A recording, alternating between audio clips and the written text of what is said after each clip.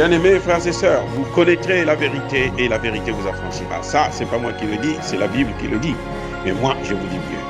Vous connaîtrez la vérité historique, notamment celle de vos ancêtres kémites, et vous aurez une vision globale de ce que c'est que la vraie souveraineté politique. J'ajoute, vous reviendrez à la spiritualité africaine ancestrale et vous comprendrez les enjeux de l'indépendance économique. Et pour terminer, vous accepterez votre identité culturelle kémite et vous obtiendrez deux choses. La première, c'est la paix. La seconde, c'est le développement, à une condition. L'unité de toute l'Afrique noire, l'unité de tous les Noirs du monde entier. Otep à tous, bienvenue sur la chaîne des panafricanistes par essence, par conviction et par excellence. Celle des citoyens kémites par nécessité et obligation de combat. Nous sommes une chaîne qui n'est guidée que par nos ancêtres et rien que par les ancêtres qui appartiennent à l'égrégore du monde noir. Par conséquent, nous ne croyons en aucun Dieu venu de l'étranger. Toutefois, cette vidéo n'est aucunement destinée à inciter à la haine ou à la violence, car nous menons un combat qui est d'abord et avant tout spirituel, intellectuel et démocratique. Ensuite, il est politique, géopolitique et géostratégique contre l'impérialisme, le colonialisme, le néocolonialisme et l'endocolonat, qui sont tous qualifiés de crimes contre l'humanité. Nous menons ce combat sur la base du principe fondamental que nous avons hérité de nos ancêtres kémites, qui est celui de la Mahat, c'est-à-dire solidarité, vérité et justice.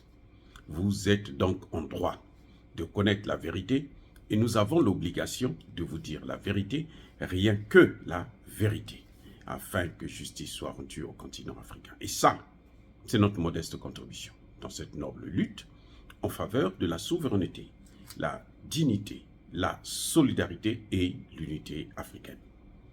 C'est exactement ça que nous appelons le panafricanisme. Bien-aimés frères et sœurs, Monsieur Guillaume Ngefa, Ondali Atondoko, directeur de la section des droits de l'homme de la mission des Nations Unies au Mali, est expulsé. Il a 48 heures pour libérer le plancher. Il a 48 heures pour quitter le Mali. Eh oui, le Mali vient de frapper. Le Mali vient de rendre justice au peuple malien. Eh oui, le Mali vient de rendre justice au peuple malien. Pourquoi je dis ça? Il faut aller dans les causes de l'expulsion de ce bandit, de ce brigand, de ce voyou en col blanc, gracieusement payé par l'Organisation des Nations Unies, aux frais donc du contribuable international. Vous savez, vous avez tous vu le cinéma que Madame Aminata Diko est venue faire au Conseil de sécurité de l'ONU. Elle est venue raconter sa vie. Elle est venue salir un gouvernement. Elle est venue salir un peuple. Elle est venue humilier le peuple malien qui se bat pour sa souveraineté. Et pendant qu'elle, au service des Français, des Américains et autres, veulent tirer le Mali vers le bas. Et le Mali a cherché à comprendre d'où ça venait. Qu'est-ce qui s'est passé? En fin de compte, on s'est rendu compte que c'est là le département des droits de l'homme qui a recruté cette dame, qui a recruté cette bandite, parce que cette gangster, ce sont tous des gangsters, ceux qui font des choses pareilles. Il faut d'abord, parfois même, je pense même qu'elle devrait être droguée pour accepter une telle mission. Il y a d'abord eu des Maliens qui avaient été contactés par le même personnage, odieux et criminel, Heureusement qu'il bénéficie de l'immunité diplomatique. Sinon, il devrait faire la prison d'abord avant de le libérer, avant de l'expulser. C'est lui qui l'a recruté. Il avait d'abord consulté d'autres Maliens qui ont refusé de jouer le jeu. Et voilà que il va maintenant vers celui-là, vers cette dame qui accepte, et elle est venue faire, elle se croyait à Hollywood. Donc ce monsieur, en fait, il est accusé de déstabilisation et de vouloir renverser les institutions de l'État malien. Des activités, maintenant des activités subversives. Et ça, c'est intolérable.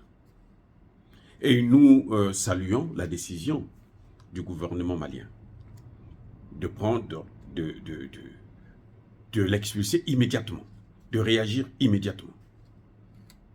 Parce que ces gens se comportent comme si le Mali était, il n'y avait pas de dirigeants. Déjà, cette dame n'est pas connue au Mali comme étant une représentante de la société civile, puisque même des organisations de la société civile réelles qui travaillent au Mali se sont plaints auprès du gouvernement pour dire mais qu'est-ce qui se passe, puisque nous sommes là, ce n'est pas nous qui venons parler des droits de l'homme au nom de la société civile, c'est quelqu'un qui n'est pas connu ici, qui ne travaille pas ici, qui n'a pas une association ici. Son association est enregistrée, je ne sais pas, en France ou probablement en France, et elle n'a jamais eu l'autorisation d'exercer au Mali. Donc comment a-t-elle pu faire depuis la France pour avoir des informations aussi sensibles sur la vie d'un État? C'est là qu'en creusant, en menant des enquêtes, eh bien, tout de suite, on a découvert que c'était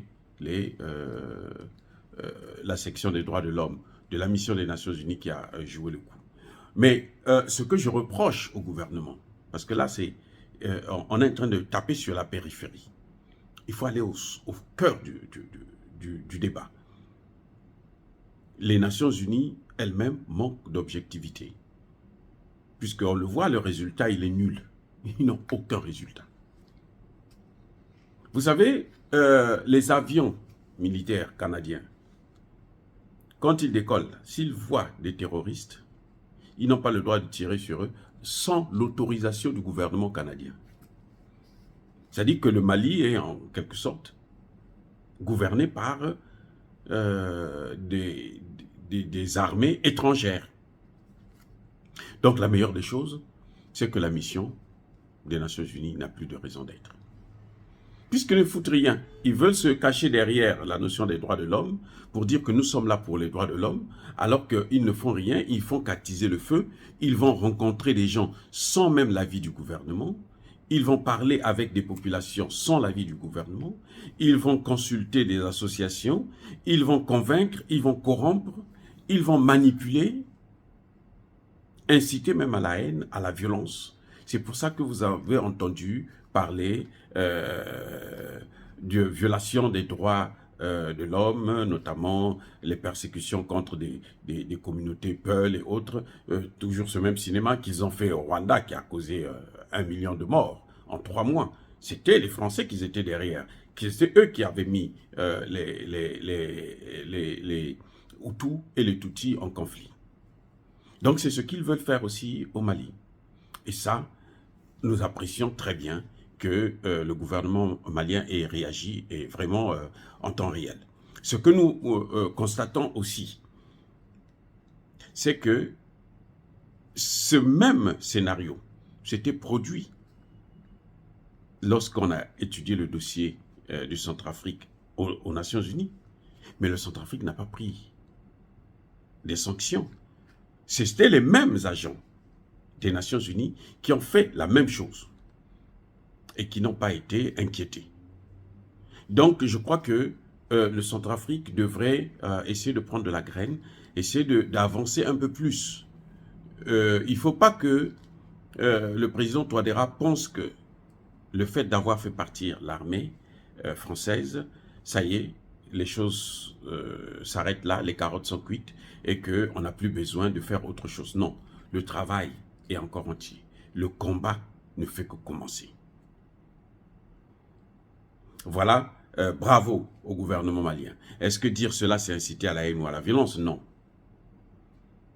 Ce que nous pensons, c'est que ces missions, que ce soit au Centrafrique ou que ce soit au Mali, elles n'ont plus de raison d'être. Puisque les populations n'en veulent pas et les Nations Unies ne peuvent pas s'imposer par la force dans un pays. Parce que ça viole la charte des Nations Unies dans le cadre de la non-ingérence dans les affaires intérieures d'un État souverain. Si le Mali ne veut plus voir les Nations Unies, eh bien, les Nations Unies doivent partir. Aussi clair. Et c'est ce que nous demandons. Je crois que la position du ministre des Affaires étrangères a été claire. Hein? Il a parlé de façon diplomatique, mais ce qu'il a dit, ça veut dire tout simplement que cette mission n'est plus adaptée et qu'elle n'a plus de raison de continuer à rester, à opérer au Mali. Ils n'ont qu'à dégager. Bien-aimés frères et sœurs, je persiste et je signe. Soyez bénis, abondamment bénis par le Dieu de Kémit. Mais que tous ceux qui persécutent le continent africain, tous ceux qui le déstabilisent et le pillent, qu'ils soient noirs ou qu'ils soient blancs, qu'ils soient punis, maudits, foudroyés, neutralisés par le Dieu de Kémit et par nos ancêtres angélisés. J'ai dit et j'assume.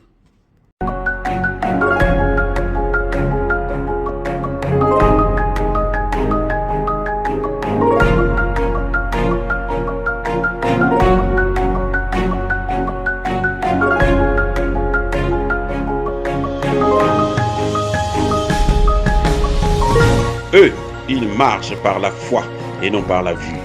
Mais moi, je vous conseille vivement de marcher par la connaissance scientifique et historique, notamment celle de nos ancêtres kémites, par les 5 sens et par l'intelligence. À vous, à Pierre.